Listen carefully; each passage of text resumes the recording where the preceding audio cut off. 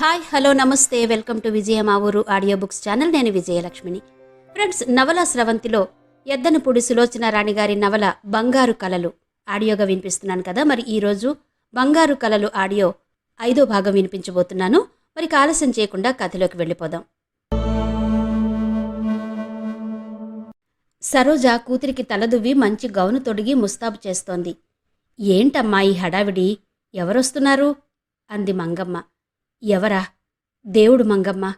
దేవుడి కంటే మంచి మనసు కలవారు. దేవుడంటే? ఉమా అమాయకంగా అడిగింది. నీకు బొమ్మలు, బిస్కెట్లు, చాక్లెట్లు ఎన్నెన్నో తెచ్చేవారు. ఓ, నాకు తెలిసిపోయింది ఎవరొస్తున్నారో. ఉమా చప్పట్లు కొట్టింది. ఎవరు? అంది సరోజ కుతూహలంగా. నాకు చాక్లెట్లు, బిస్కెట్లు, బొమ్మలు ఎవరు తెస్తారు? మా నాన్న. నువ్వే చెప్పావుగా ఆంటీ, మా డాడీ అవన్నీ తెస్తాడని. ఒక్క క్షణం సరోజ మ్రాన్ పడిపోయినట్టుగా అయింది. డాడీయా అంది అస్పష్టంగా. అవును, డాడీయే, నాకు తెలుసు అంటూ ఉమా ఆడుకోవడానికి పరిగెత్తింది. మంగమ్మ కూడా ఉమా వెనకే వెళ్ళింది.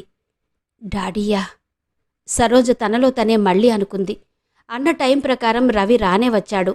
ఉమా అన్నట్టుగానే చాక్లెట్లు, బొమ్మలు, బిస్కెట్లు ఎన్నెన్నో తెచ్చాడు. ఇవన్నీ ఎందుకు రవి అంది సరోజ. పాపకి నేను చాలా ఆత్మీయుడినని చెప్పుకోవడం కోసం. ఇంతకీ ఏది పాపెక్కడా అన్నాడు రవి. పిలుస్తాను, కూర్చో. సరోజ లోపలికి వెళ్ళింది. ఉమా, ఎవరొచ్చారో చూడు అంటూ పిలిచింది. ఆడుతున్న ఉమా బొమ్మలు వదిలేసి ముందు గదిలోకి పరిగెత్తుకొచ్చింది. రవి కూర్చుని బొమ్మలు వరుసగా పెడుతున్నాడు. ఉమ వెనక నుంచొచ్చింది. ఆ బొమ్మలు చూడగానే ముఖం ఆనందంతో వికసించింది. డాడీ అని పిలుస్తూ వెనక నుంచి అతని మెడకి చేతులు పెనవేసింది. రవి ఆ పిలుపుకి దిమ్మెరిపోయినట్టయ్యాడు. ఉమని 2 చేతులు పట్టి ముందుకు లాక్కున్నాడు. క్షణంసేపు రెప్పవాల్చకుండా చూశాడు. బంగారపు బొమ్మలా ఉంది. అభం శుభం తెలియని అమాయకత్వంతో మచ్చలేని చందమామలా ఉంది. స్వచ్ఛంగా, నిర్మలంగా ఉన్న ఆ కళ్ళు దేవుడి కళ్ళులా ఉన్నాయి. సరోజు కూడా అక్కడికొచ్చి నిలబడి ఆ ఇద్దరినీ కుతూహలంగా చూస్తోంది. ఉమా బుంగమూతి పెట్టింది. డాడీ, నీమీద నాకు కోపం వచ్చింది. ఎందుకు తల్లీ? ఇన్నాళ్ళు నువ్వెందుకు రాలేదు? నేనంటే ఇష్టం లేదా? ఆంటీ దగ్గర ఎందుకు వదిలేశావు? చిన్నబోయిన ముఖంతో అంది. రవి గొంతులో ఏదో అడ్డుపడ్డట్టే అయింది. ఇంకెప్పుడు వదలనుగా. ఏది, ఒక చిన్న ముద్దివ్వు అంటూ బుగ్గ చూపించాడు. ఉమా అతని చెంప మీద గట్టిగా ముద్దు పెట్టింది. అతని దగ్గర కూర్చుని బొమ్మలు చూసింది, కబుర్లు చెప్పింది. కాఫీ తెచ్చిన సరోజ, ఉమా చాలు, ఇక వెళ్ళి ఆడుకోమ్మా అంది. నేను వెళ్ళను. పాప తల అడ్డంగా ఊపింది. వెళ్ళు, మా తల్లివి కదూ రవి బ్రతిమిలాడాడు. నేను వెళితే నన్ను మురిపించి నువ్వు వెళ్ళిపోతావు. వెళ్ళనని చెబుతున్నాగా రవి వాగ్దానం చేశాడు. నీతో నన్ను తీసుకెళ్తావా మరి? తీసుకెళ్తాను. ఇక నుంచి ఒక్క క్షణం కూడా నిన్ను వదిలిపెట్టను. పాప సంతృప్తి పడినట్టుగా బొమ్మలు పట్టుకుని వెళ్ళిపోయింది. సరోజ చిన్నబోయిన ముఖంతో చెప్పింది. క్షమించు రవి. పాపకి ఒకసారి మమ్మీ డాడీ ఫారిన్లో ఉన్నారని, వాళ్లకి చాలా పనులుంటాయని, నా దగ్గర వదిలిపెట్టి వెళ్లారని, సమయం దొరకగానే చూడ్డానికొస్తారని చెప్పాను. ఆ మాట నేను మర్చిపోయినా ఆ పసిహృదయం మర్చిపోలేదు. ఆడుకుంటూ తోటివాళ్లతో మా డాడీ వస్తాడని అంటూ ఉండేది నేను చెప్పినప్పుడు. కలలో కూడా నువ్వు ఇలా వస్తావని గాని, పాప నిన్ను డాడీ అనుకుంటుందని గాని నేను అనుకోలేకపోయాను అంది సరోజ. ఇప్పుడు మాత్రం ఏమైంది సరోజ? నా మనసులో ఉన్న మాట పాప పెదవులు పలికినాయి. రవి, నిజం సరోజ, నేను బాగా ఆలోచించాను. పాప భారం స్వీకరించడానికి నిశ్చయించుకున్నాను. ఇక నుంచి పాపకు తల్లి, తండ్రి అన్నీ నేనే. సరోజ కళ్ళలో నీళ్లు చిప్పిలినాయి. వద్దు రవి, వద్దు. ఈ పాపిష్టిదాని పాప ఫలం నీకు కర్తవ్యం కానియొద్దు. అంత భారం నేను నీ మీద పెట్టలేను. ఇందులో భారమేముంది? నువ్వు కూడా బాగా ఆలోచించు. తల్లి చేసిన తప్పుకి బిడ్డని శిక్షించే లోకవిది. నీ దగ్గర పాప పెరిగి పెద్దదైతే ఏనాటికైనా ఈ విషయం బయటికి రాకమానదు. నీకు కావలసింది పాప భవిష్యత్తు. పాప క్షేమంగా ఉండాలంటే పెద్దదైన తర్వాత సగర్వంగా నలుగురిలో తలెత్తుకు తిరగాలని నువ్వనుకుంటే పాపని నాకిచ్చేయి అన్నాడు రవి. మౌనంగా ఉండిపోయింది సరోజ. ఏంటి సరోజ, ఏంటి నీ భయం? ఎందుకు నీకు తటపటాయింపు అన్నాడు రవి. సరోజ ముఖం ఉద్విగ్నంగా అయిపోయింది. రవి, నాకేం పాలు పోవడం లేదు. ఏం చెయ్యాలో ఏది మంచో అసలే తెలియడం లేదు అంది సరోజ. నా మీద నమ్మకం ఉంచు సరోజ. పాపని నాతో తీసుకువెళ్తాను. మంగమ్మతో బట్టలన్నీ సర్దమని చెప్పు. రవి, పెళ్లి కానివాడివి, ఎలా పెంచుతావు? అదంతా నాకు వదిలేసి నువ్వు నిశ్చింతగా ఉండు. పాప మనసులో నేను తండ్రిననే ఆశ బలపడని, ఆ నమ్మకం ఆ చిన్న హృదయంలో ఆనందంగా పరిణమించని అన్నాడు రవి. నీ మాట కాదనలేను. నీ ఇష్టం. నువ్వేది మంచిదనుకుంటే అలాగే చెయ్యి. సరోజ కళ్ళు తుడుచుకుని లోపలికి వెళ్ళింది. 10 నిమిషాల తర్వాత చేత్తో చెక్బుక్తో తిరిగొచ్చింది. మంగమ్మకి చెప్పాను, బట్టలు సర్దుతోంది అంటూ చెక్ మీద సంతకం చేసి, ఇదిగో అంటూ అందించింది. సిగరెట్ వెలిగించుకోబోతున్న అతను ఆగాడు. ఏంటది? పాప నీకు బాధ్యత అయినా ఆర్థికంగా భారం కాకూడదని బ్యాంకులో నా పేరుట ఉన్న డబ్బుకి చెక్ ఇస్తున్నాను. ఇది నీ ఇష్టం వచ్చినట్టుగా దాచి పాప ఖర్చులకు వినియోగించు చెప్పింది సరోజ. రవి ముఖంలో రంగులు మారాయి. మౌనంగా అందుకుని దాన్ని సరిగ్గా చూడకుండానే సిగరెట్ లైటర్ వెలిగించి దానికి అంటించాడు. సరోజ స్తబ్దురాలైనట్టుగా నిలబడింది. నీ సంపాదనలో ₹1 కూడా వద్దు. పాప భవిష్యత్తు నా కష్టార్జితం మీద నిర్మింపబడని అన్నాడు రవి. సరోజ ముఖం పాలిపోయినట్టయింది. ఈ డబ్బుని నేను మాత్రం ఏం చేసుకోను? పాప కోసం మనసు చంపుకుని సంపాదించాను అంది సరోజ. ఈ ప్రపంచంలో నా అనేవాళ్లు లేని అనాథలు చాలామందున్నారు సరోజ. వాళ్లకందేలా చూడు. అంతేకాదు, పాప కోసమే నువ్వు ఈ వృత్తి చేపడితే ఇక ముందు ఆ అవసరం లేదు. నువ్వు నిర్మలంగా బ్రతికే ప్రయత్నం చెయ్యి అన్నాడు రవి. అది సాధ్యమా రవి? నా అనేవాళ్ల అండ ఉన్నప్పుడు సాధ్యం కానిదంటూ ఏదీ ఉండదు. క్షణంసేపు సరోజ ఏం మాట్లాడలేదు. పాలిపోయినట్టు ముఖంలోకి క్రమంగా ఆవేశం పొంగులా వచ్చింది. నీకు తెలీదు రవి, నీకేం తెలీదు. ఈ ప్రపంచంలో చెడిపోవడానికి అడుగడుగునా ఎన్నో మార్గాలున్నాయి. ఎందరో సాయం చేస్తారు. కానీ ఒక కాలు జారిన స్త్రీ మనసు మార్చుకుని మంచిగా బ్రతకాలంటే మార్గమే లేదు. ఎవ్వరూ చేయూత ఇవ్వనే ఇవ్వరు. ఈ లోకం వాళ్ళని బ్రతకనివ్వదు.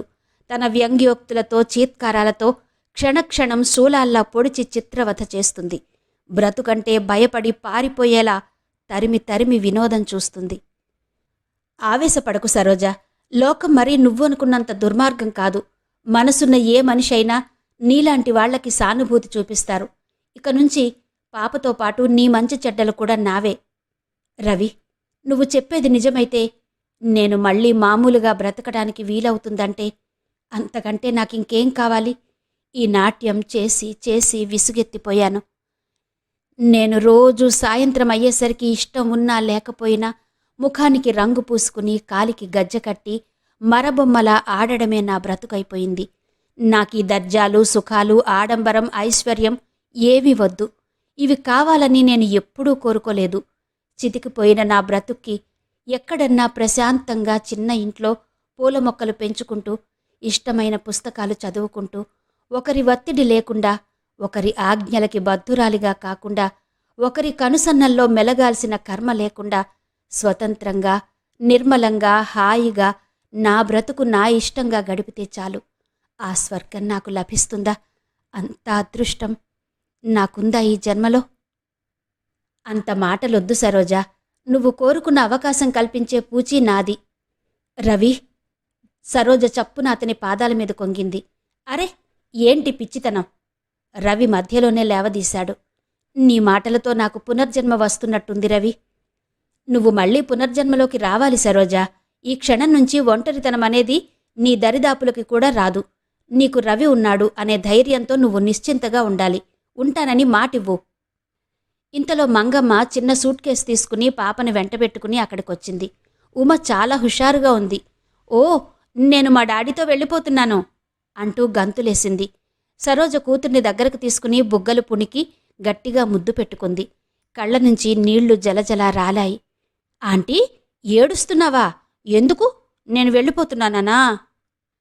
ఉమ సరోజ కన్నీళ్లు తుడిచింది. ఏడవకు, డాడీ మమ్మీతో నేను మళ్ళీ నిన్ను చూడ్డానికొస్తాగా అంటూ ఓదార్చింది. సరోజ చప్పున ఉమని హృదయానికి అత్తుకుంది. తప్పకుండా రావాలి. ఆంటీని మర్చిపోవుగా? మర్చిపోను. పాప తల అడ్డంగా ఊపింది. సరోజ పాపనెత్తుకుని తెచ్చి రవికి అందించింది. రవి చెయ్యి చాపగానే పాప ఉరికినట్టుగా వచ్చింది. వెళ్తాను సరోజా, వీలైనంత తొందరలో మళ్ళీ నిన్ను కలుసుకుంటాను అన్నాడు రవి. ఆంటీ, టాటా.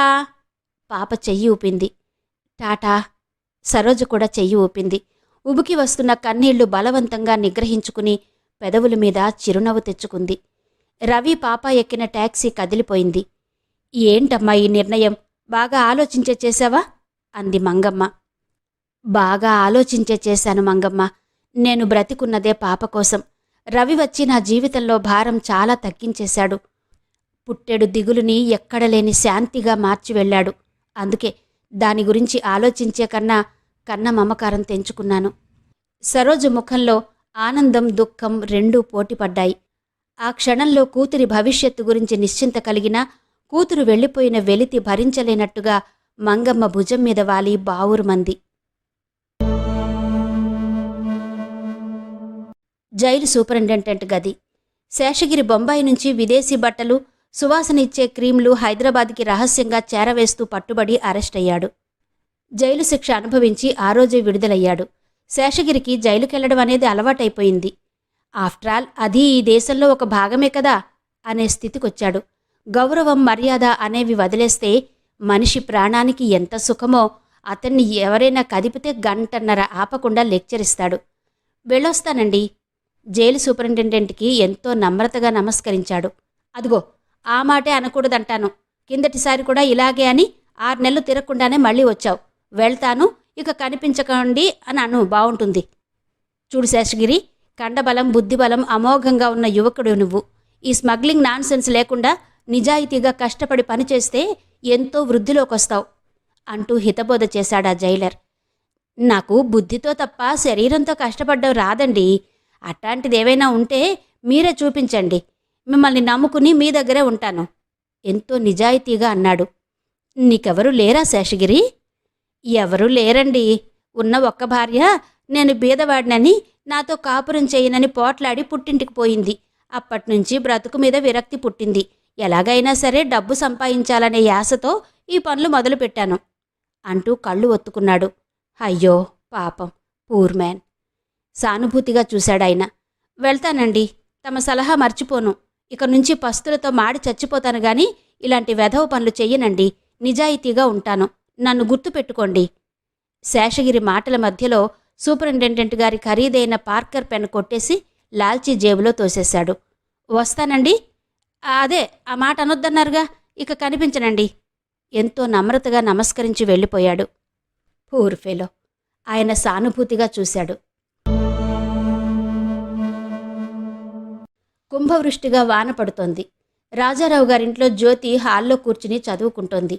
కిటికీలో నుంచి రివ్వున వీస్తున్న గాలికి వానజల్లు లోపలికి పడుతోంది. విసుగ్గా చూసిన జ్యోతి చదువుతున్న పుస్తకం పక్కన పెట్టి వెళ్ళి తలుపులు సగం మూసింది. జ్యోతి సగం తలుపులు మూసి వెనక్కు తిరిగేసరికి తడిసి ముద్దయి రవి లోపలికి అడుగుపెట్టాడు. అతన్ని చూడగానే జ్యోతి ముఖంలో సంతోషం వెల్లివిరిసింది. రండి రండి, ఏంటిలా వానలో ఊడిపడ్డారు అంది. అబ్బబ్బా, ఏం వాన! ఎంతసేపు చూసినా ఆటో గాని ఏదీ దొరకలేదు. బస్సు వచ్చింది కదా అని ఎక్కేశాను. బస్సు దిగి అంత దూరం నడిచి రావడంలో తడిసిపోయాను అన్నాడు చెప్పులు తలుపు దగ్గరే వదిలేస్తూ. గొప్ప పని చేశారు. కాస్త డాడీకి ఫోన్ చేస్తే కారు పంపించేవారు కదా. అయినా ఊరకరారు మహాత్ములన్నారు.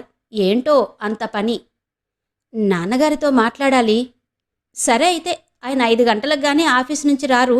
అప్పటి వరకు అలా సోఫాలో కూర్చుని మౌనవ్రతం పట్టండి అంది జ్యోతి. ఎదురుగా మీలాంటి అల్లరమ్మాయి ఉంటే స్వాములకు కూడా మౌనం సాధ్యం కాదు కదా అన్నాడు రవి. పాపం, ఉండండి, తల బాగా తడిసిపోయినట్టుంది. లోపలకు పరుగెత్తి టవలు, తండ్రి లుంగీ తెచ్చిచ్చింది. తల తుడుచుకుని బట్టలు మార్చుకోండి అంది. పర్వాలేదు జ్యోతి, అవే ఆరిపోతాయి అన్నాడతను. బాగుంది. అంతవరకు ఆ తడి బట్టల్లో నానుతూ కూర్చుంటారా? విప్పండి, అలా సోఫా మీద వేసి ఫ్యాన్ వేస్తే అవే ఆరిపోతాయి. రవి తటపటాయింపుగా చూశాడు. అబ్బా, ఏంటండి మీ మొహమాటం! ఇన్ని నెలల నుంచి ఇంత పరిచయం అయిన తర్వాత కూడా అంత సిగ్గుపడతారే? అదే నేనైతేనా ఇంట్లో అడుగు పెట్టగానే జ్యోతి, నా బట్టలు తడిసిపోయాయి, చలేస్తోంది, లుంగి పట్టుకురా అంటూ కేకలు పెట్టుండేదాన్ని. మీ అంత చొరవ నాకు లేదని నేను ఎప్పుడో ఒప్పుకున్నానుగా. పాపం, మీ అమాయకత్వం అంతా పెద్ద నటన అని నాకెప్పుడో తెలుసు. మీరు షర్ట్ మార్చుకుంటూ ఉండండి, నేనిప్పుడే వస్తాను అని లోపలికి వెళ్ళబోయి ఆగి, ఇదిగో నేనొచ్చేసరికి ఆ షర్టు విప్పి తల తుడుచుకోకపోయారంటే నేనే బలవంతంగా ఆ పనులు చేస్తా అని బెదిరించి వెళ్ళింది జ్యోతి. లోపలికి వెళ్ళిన జ్యోతి 10 నిమిషాల్లో చకచకా కాఫీ కలిపి వేడివేడిగా తెచ్చింది. జ్యోతి వచ్చేసరికి రవి లుంగీ కట్టుకుని టవల్ భుజాల నిండుగా కప్పుకుని సోఫాలో కూర్చుని అక్కడున్న పుస్తకం తిరగేస్తున్నాడు. గుడ్, అలా చెప్పిన మాట వినాలి. చలికి గజగజలాడుతున్నట్టున్నారు. ఇదిగో కాఫీ తీసుకోండి అంటూ అందించింది. థ్యాంక్ యూ అన్నాడు రవి. ఓహ్, ఈ కాస్త కాఫీకేనా అంది జ్యోతి. ఆహా, కాఫీతో పాటు ఇంకా చాలా ఉన్నాయి. ఏంటో అవి? ముఖ్యంగా నా ఫ్యాక్టరీ విషయం. మీరు మీ నాన్నగారు తలుచుకోకపోతే ఇంత త్వరగా దానికి రూపం జీవం వచ్చేవి కావు. మీ రుణం జన్మలో తీర్చుకోలేనేమో అనిపిస్తుంది. అస్తవ్యస్తంగా అయోమయంగా ఉన్న నా భవిష్యత్తుకి ఒక ఆధారం అంటూ ఏర్పడింది అన్నాడు రవి. ఇది మరీ బాగుంది. మధ్యలో నేనేం చేశాను? నాన్నగారికి ఎప్పటికప్పుడు గుర్తు చేస్తూ ఆ లోన్ శాంక్షన్ అయ్యే వరకు ఊపిరి ఆడనివ్వలేదని ఆయన నాకంతా చెప్పారు అన్నాడు రవి. జ్యోతి ముఖం ఎర్రగా అయింది. చాలించండి మీ స్తోత్రాలు. మీరే చెప్పారుగా మీకు చొరవ లేదని. అందుకని మా నాన్నగారి ప్రాణ స్నేహితుడి కుమారుడి కోసం నేనే చొరవ తీసుకున్నాను. జ్యోతి అంటుండగానే ఇంతలో రాజారావు గారు రానే వచ్చారు. అబ్బబ్బా, ఏం వాన, వెధవ్వాన, న్యూసెన్స్ అంటూ లోపలికొచ్చారు రాజారావు. రవి లేచి నమస్కరించాడు. ఏమోయ్, ఎంతసేపు అయిందొచ్చి? కూర్చో కూర్చో. ఏంటి అవతారం? వానకి తడిసిపోయారు డాడీ అంది జ్యోతి.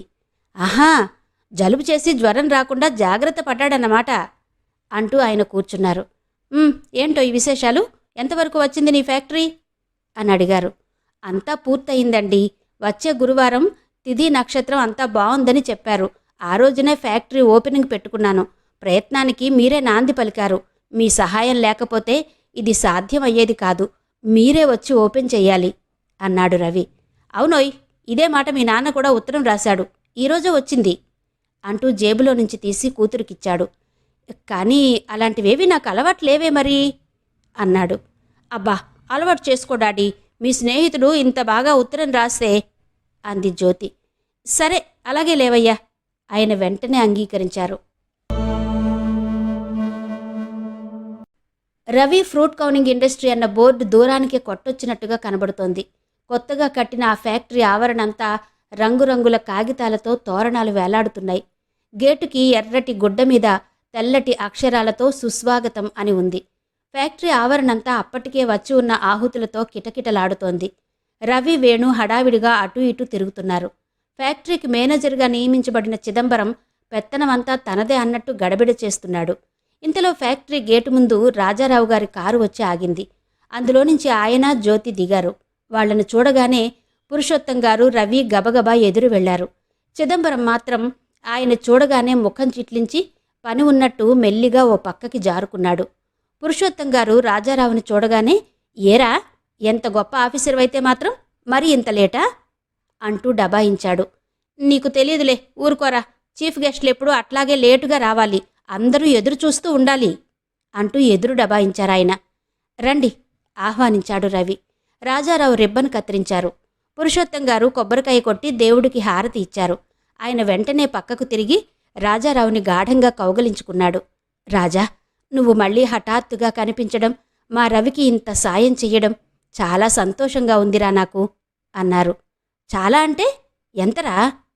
అంటేనా, ఇంత. రాజారావు గారి తలని పట్టుకుని తన తలకి ఢీ కొడుతూ అన్నారాయన. అందరూ పక్కున నవ్వారు. రండి, టీ తీసుకుందిరుగాని అన్నాడు రవి. ఇప్పుడు టీ ఆర్భాటం అంతా ఎందుకోయ్ అన్నాడు రాజారావు. రిబ్బన్ కత్తిరించినందుకు నీకు లంచం నాన్నా అంది జ్యోతి. ఏంటి, నాకు లంచమా? ఏం రవి, నిజమేనా? లంచం ఇవ్వడం పుచ్చుకోవడం రెండూ నాకు అలవాట్లేవండి అన్నాడు రవి. అందరూ టీ తీసుకుంటుండగా రవి, వేణు వర్కర్స్కి స్వీట్స్ పంచిపెట్టసాగారు. మొత్తానికి ఆ పల్లెటూరు వదిలొచ్చావు. ఒక నెల రోజుల పాటు ఇక్కడే ఉండి వెళ్ళు అన్నాడు రాజారావు గారు. లేదురా, నల్లావు ఈనడానికి సిద్ధంగా ఉంది. శ్రీరామనవమి ఉత్సవాల దగ్గరకొచ్చాయి. ప్రతి ఏడు నేను దగ్గరుండి శ్రద్ధగా జరిపించడం అలవాటు. ఇప్పుడు కూడా నేను రాలేనురా అంటే బలవంతంగా తీసుకొచ్చాడు రవి. రేపు ఉదయమే వెళ్ళిపోతున్నాను అన్నారాయన. ఆ నల్లావుని తోలుకొచ్చి ఆ రాముల వారిని జేబులో పెట్టుకు రాలేకపోయావట్రా అంటూ చలోక్తి విసిరారు రాజారావు గారు. వాళ్ళిద్దరి మాటలు విని నవ్వుకున్న జ్యోతి కాఫీ తాగడం పూర్తి కాగానే లేచి రవి వాళ్ళు తిరుగుతున్న చోటుకొచ్చింది. గబగబా ఊపిరాడనట్టుగా అటు ఇటు తిరుగుతున్న రవిని చూస్తూ, కష్టమంతా మీరే పడకండి, కాస్త నన్ను కూడా పంచుకోనివ్వండి అంది. ఇప్పటికే మిమ్మల్ని చాలా శ్రమ పెట్టాను, ఇంకా కష్టపెడితే రుణపడిపోతానేమోనని నా భయం అంటూ రవి నవ్వాడు. అట్లా ఎందుకనుకోవాలి, కిందటి జన్మలో మీరే మాకు సాయం చేసుండొచ్చుగా, మేమే మీ రుణం తీర్చుకుంటున్నామేమో అంది జ్యోతి. అయితే కిందటి జన్మలో కూడా మనం పరిచయస్తులమే అన్నమాట. ఆహా, ఆ క్రిందటి జన్మలో కూడా అని నా విశ్వాసం అంటూ జ్యోతి అతని చేతిలో స్వీట్ పళ్ళెం అందుకుని వెళ్ళిపోయింది. చాలాసేపు అయిన తర్వాత వచ్చిన వాళ్ళంతా వెళ్ళిపోయారు. కుర్చీలు బల్లలు సర్దేస్తున్నారు. పురుషోత్తం గారు, రాజారావు గారు బాతాఖానీలో పడ్డారు. వేణు, చిదంబరం కూడా అక్కడే ఉన్నారు. రవి లోపల ఏవో సర్దుతున్నాడు. జ్యోతి స్వీట్ పళ్ళెంలో నుంచి ఒక స్వీట్ పట్టుకుని అతనికి దగ్గరగా వెళ్ళింది. ఆ చుట్టుపక్కల ఎవ్వరూ లేరని తెలుసుకుని చెయ్యి వెనక్కు పెట్టుకుని, ఏవండి, ఒకసారి నోరు తెరవండి అంటూ తొందర చేసింది. ఎందుకు? అబ్బా, తెరవమంటుంటే. రవి నోరు తెరిచాడు. జ్యోతి చప్పున స్వీట్ అతని నోట్లో కుక్కింది. Wish you best of luck అంది. రవి తిని థ్యాంక్ యూ అనేసి వెళ్ళిపోయాడు. జ్యోతి ముఖంలో ఆశాభంగం వెల్లువలా వచ్చింది. వెనక నుంచి ఇదిగో ఏవండి అంటూ పిలిచింది. రవి వెనక్కు తిరిగాడు. మీరు ఎంత హృదయం లేనివారండి, నేను మీకు స్వీట్ తినిపించాను కదా, మీరు కనీసం తిన్నానో లేదో అని అయినా కనుక్కున్నారా? మా నాన్న మీ నాన్నగారిని బడుద్దాయి అని అంటారు గాని మీరు బడుద్దాయిన్నారా? ఓ, ఐఎమ్ సారీ. రవి చప్పున ప్లేట్లో నుంచి స్వీట్ తీసి అందించాడు. జ్యోతి ముఖం సీరియస్గా పెట్టింది. నాకేం వద్దులేండి, అడిగి విందు చేయించుకునే అలవాటు నాకేం లేదు అంటూ బొంగమూతి పెట్టింది. సారీ అన్నానుగా. అతను బ్రతిమాలుతున్నట్టు చూశాడు. ఓకే అంటున్నానుగా అతన్ని అనుకరిస్తూ అంది జ్యోతి. రవి ఒక అడుగు వేసి దగ్గరగా వచ్చాడు. మీరు స్వీట్ తింటారా లేదా? తినను. తినరు? రవి ఓసారి చుట్టూ చూసి చటుక్కున జ్యోతిని చెయ్యి పట్టిలాగి బలవంతంగా నోట్లో కుక్కాడు. సిటీలోకెల్లా ప్రసిద్ధి చెందిన కాన్వెంట్ స్కూల్ అది. ఆ రోజున స్కూల్ వార్షికోత్సవం జరుగుతోంది. ఆహ్వానితులైన పిల్లలతో వారి తల్లిదండ్రులతో హాల్ అంతా కిటకిటలాడుతోంది. ఆనాటి కార్యక్రమానికి మేయర్ గారు అధ్యక్షత వహించారు. హెడ్ మిస్ట్రెస్ స్కూల్ నివేదిక చదివి వినిపిస్తూ ఉపన్యాసం ఇచ్చింది. ముందు చివరన ఈ స్కూలుకి ధారాళంగా పెద్ద మొత్తంలో విరాళమిచ్చిన ప్రసిద్ధ నర్తకి మిస్ రోజీని వేనోళ్ల కొనియాడింది. ఆహ్వానితుల్లో మొదటి వరుసలో ముఖ్య అతిథిగా కూర్చున్నది రోజీ. ఆ స్కూల్కి ఎక్స్ స్టూడెంట్ అయిన జ్యోతి ప్రతి సంవత్సరం ఎన్ని పనులున్నా సరే మానుకుని వార్షికోత్సవానికి హాజరవడం అలవాటు. ఈసారి కూడా 4-5 స్నేహితులతో బిలబిలలాడుతూ వచ్చింది. ఆ కూర్చునే వరుసలో రోజీ పక్కకొచ్చింది. రోజీ విరాళం ఇచ్చిందని ప్రకటించగానే జ్యోతి స్నేహితులు బిగ్గరగా కరతాళ ధ్వనులు చేయడం ప్రారంభించారు. మిగతా వాళ్లు కూడా అనుసరించారు. జ్యోతి తన పక్కనే ఉన్న రోజీని అభినందించి ప్రశంసించింది. స్కూల్ నివేదిక చదవడం పూర్తవగానే బహుమతి ప్రదానం ప్రారంభమైంది. ఆటల పోటీల్లో గెలుపొందిన చిన్నపిల్లల్లో మాటిమాటికి బేబీ ఉమ పేరు ఎక్కువగా వినిపించింది. స్టేజ్ మీదకి ఎక్కువసార్లు ఆ పిల్ల పరుగెత్తుకు రావడం చూసి మేయర్ గారు ఉమ బుగ్గగిల్లుతూ, ప్రైజులన్నీ నువ్వే కొట్టేసినట్టున్నావే అన్నారు.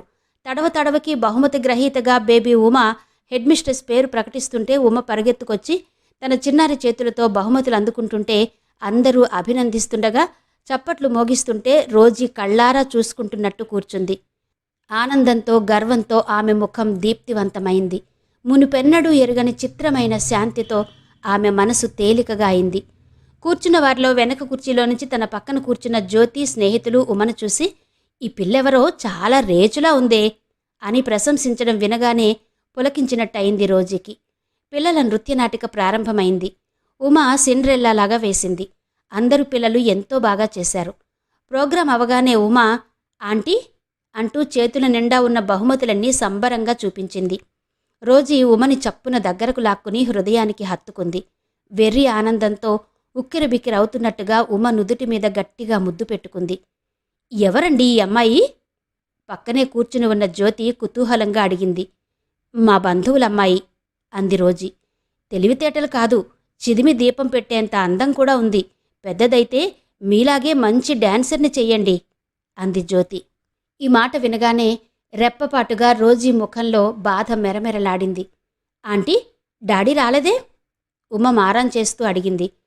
పనుందటమ్మా, నిన్ను చూడ్డానికి ఊర్నుంచి రేపొస్తానన్నారు అంటూ రోజీ నచ్చ చెప్పింది. అదేం, తల్లి తండ్రి ఈ ఊళ్ళో ఉండరా అని అడిగింది జ్యోతి. రోజీ ఉండరన్నట్టు తల తిప్పింది. ఇంతలో హెడ్ మిస్ట్రెస్ అక్కడకు రావడంతో రోజీ ఉమను తీసుకుని ఆవిడ వైపు వెళ్ళింది. జ్యోతి ఫ్రెండ్స్ వెళ్ళిపోయారు. రోజీ వెళ్ళడానికి కారు దగ్గరకొచ్చింది. హెడ్ మిస్ట్రెస్ స్వయంగా కారు వరకు వచ్చి సాగనంపుతూ డొనేషన్ ఇచ్చినందుకు కృతజ్ఞతలు చెప్పింది. కారు కదిలింది. స్కూల్ గేటు బయట సరిగ్గా గేటు ముందు దారికడ్డంగా రోడ్డు మీద వీధిని పోయే ఆటో రిక్షా ఒకటి చెడిపోయి ఆగి ఉంది. డ్రైవర్ దాన్ని బాగు చేయడానికి తంటాలు పడుతున్నాడు. అందులో కూర్చున్న ప్యాసింజర్ విసుగ్గా, ఇంకెంతసేపటికి బాగుపడేది అంటూ అందులో నుంచి దిగాడు. దాని పక్కగా నిలబడి సిగరెట్ దమ్ములాగుతూ స్కూల్ ఆవరణలో నుంచి రంగురంగుల చీరలతో వస్తున్న రకరకాల స్త్రీలను వినోదంగా చూస్తున్నాడు. అతని కళ్ళు పత్తికాయల్లా అయినాయి. స్కూల్ హెడ్ మిస్ట్రెస్ వచ్చి స్వయంగా సాగనంపగా కారులో కూర్చుని సెలవు తీసుకుంటున్న రోజీని చూసేసరికి అతనికి బుర్ర గిర్రున తిరిగినట్టయింది. అతను నోరు తెరిచి చూస్తుండగానే రోజీ ఎక్కిన కారు దారికడ్డుగా ఉన్న ఆటో రిక్షాని చూసి డ్రైవర్ హారన్ బొయ్యమనిపించాడు. ఆటో రిక్షా అతను లాభం లేదని, అది ఇప్పుడే కదలదని సూచిస్తూ చెయ్యి ఊపాడు. కారు రోడ్డు దిగువ నుంచి మళ్ళీ అక్కడున్న వాన నీళ్లు చింది శేషగిరి బట్టల మీద మరకలుగా కొట్టి విలాసంగా వెళ్ళిపోయింది. ఖరీదైన కారులో మెరుపుతీగలా ఒంటరిగా కూర్చుని ఉన్న సరోజను చూసేసరికి శేషగిరికి మతిపోయినంత పనయింది. రోజీ ఎక్కిన కారు నంబర్ని ఎక్కడ మరిచిపోతానో అన్నట్టు గబగబా 4-5 సార్లు వల్లెవేసుకున్నాడు. గడ్డం మాసి బట్టలు దుమ్ము కొట్టుకుని బికారిలా ఉన్న శేషగిరిని సరోజ చూడలేదు. చూసినా గుర్తుపట్టగలిగేది కాదేమో. తన జీవితంలో దురదృష్టం మరోసారి పిశాచల్లా వికటంగా నవ్వుతోందని తెలియని సరోజ కూతురు భవిష్యత్తు గురించిన నిశ్చింతతో, ఆనందంతో మనసు తేలికవగా సంతృప్తిగా వెనక్కు చారగిలబడి కూర్చుంది. ఇంతవరకు ఎద్దనపూడి సులోచనారాణిగారి బంగారు కలలు నవల ఆడియో 5వ భాగం విన్నారు కదా. మిగిలిన కథ తరువాతి భాగాల్లో వినిపిస్తాను. అంతవరకు సెలవా మరి. నమస్తే.